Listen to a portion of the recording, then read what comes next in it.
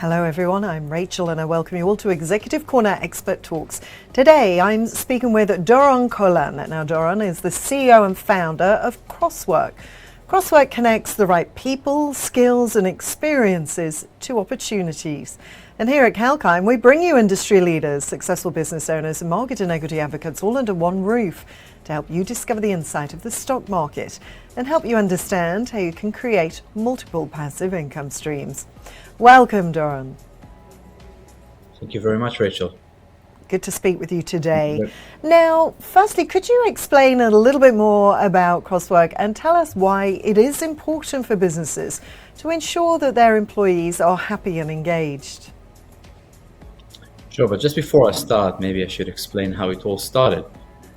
Basically, I was one of those employees and a manager in a very large consulting, and it was over 20,000 people. And one day I was encountered by one of the clients to solve a simple problem, but unfortunately I didn't have the right person in my team to solve it. So I went up and I said, how difficult can it be to actually find that person in a large company? And what I thought would take me maybe a few minutes actually took me so long, so many weeks, that I decided I'll never ever do that again. This was way too difficult. But then I realized that speed was the main reason I found it too difficult, because if I can solve the problem quicker than I can find the person, I'll never reach out. But if finding that person will take me way too much time, then I'll never even try to reach out. So once I can provide a quite simple solution that in order to find that person, it's nothing more than a few clicks, and that person will be like magic at my fingertips to be used for a project, it will make my life so much easier and I would continue using it endlessly. So how does Xrosswork help businesses find and collaborate with skilled employees, as you mentioned there, that could be hidden within their organizations?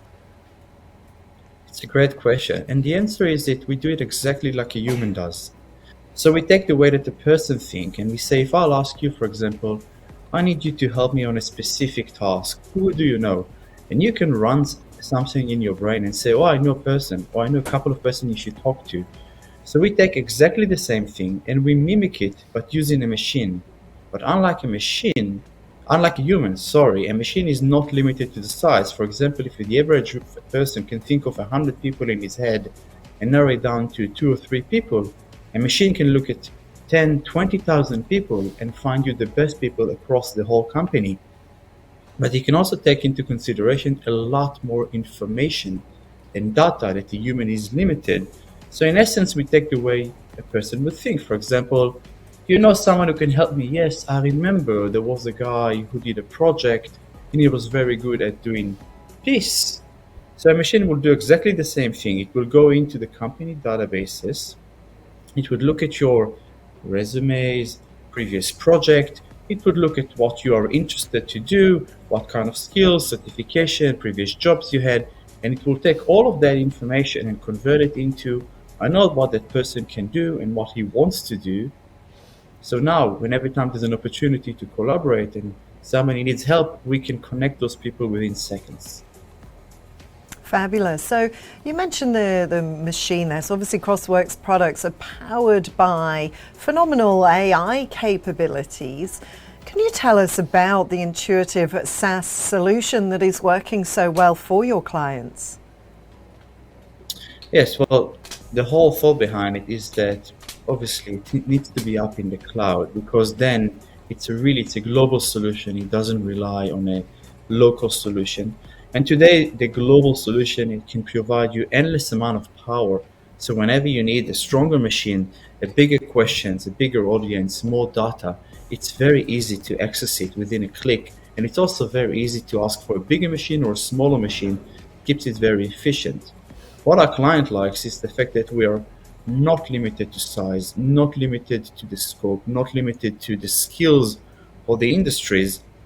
The machine actually goes and learn about people. It extracts its own keywords, it ranks them, it creates connections, it creates very complex global metric skills that humans will take years to create. So in the past you would go to one of those big consultants and ask them to analyze your organization, the machine will do it a lot quicker and it will remain live and up to date for an endless amount of time. And that's actually the magic. At the same time as when you provide all of this great service to your employees, we're actually mapping them out for the organization. So then the leaders of the organization can go and say, what is the gap of skills in my organization? Where is my organization skills right now? Where do I want to take my organization? And what is missing there in order for me to make sure that in the future, my organization will have all the right people and the right skills to deliver to my clients. Now, the COVID-19 pandemic has been disastrous for many businesses across the world, but job opportunities are opening up. Could you shed some light on which industry you believe leveraged most in terms of job opportunity, and why was that the case? I think that, COVID was a disastrous for many organizations and industries, but for some it was actually really good. It also changed the way we live. First of all, we all started working from home because we had to. But some industries, it was what was considered to be, oh, we have to go to the office. We have to spend 5 days a week. We have to spend so much time in meetings.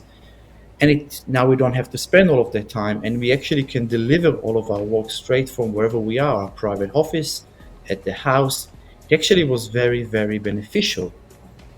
What we found that the more skilled industries, whether it's consulting, banking, finance, technology, engineering, would benefit highly from actually being able to have a more flexible workforce that we can both work from the office or from the home. And I think that moving forward, even after we take control of COVID, and now life seems to be a bit more normal in certain countries, a lot of people still have partially work from home. So we're all going to adjust to what we call a hybrid model, when we work partially from home and partially from the office. But that created a different problem, that sometimes you might have joined an organization and you actually don't know the employees. You don't know that even your colleagues. Some of them you might not even meet, and some of them you're only going to meet slightly. So unlike in the past, when you can have this water tank conversation with a person that say, do you know somebody who can help me? Who do you know? What have you been doing? That kind of information is now not really accessible to a lot of the employees. And that's why technologies like such as Xrosswork provide, when we actually map skills, you can now rely on something different, that if you need the help, if you need your support, even whether you're working from home or the office or now in different regions, it's very easy to get it. And in your opinion, what are the top 5 tips to ensure a truly agile workforce? That is a great question. And I think the first one would be leadership. The leader has to provide this support, and he has a vision that agile workforce is something which is needed in the organization. I think it's almost amazing that some of the leaders that I talk to, their vision is way forward. They can see that in the future they'll have a much more hybrid workforce, while some leaders can't wait to go back to the office and do exactly what they did before COVID, whether it's going to happen or not.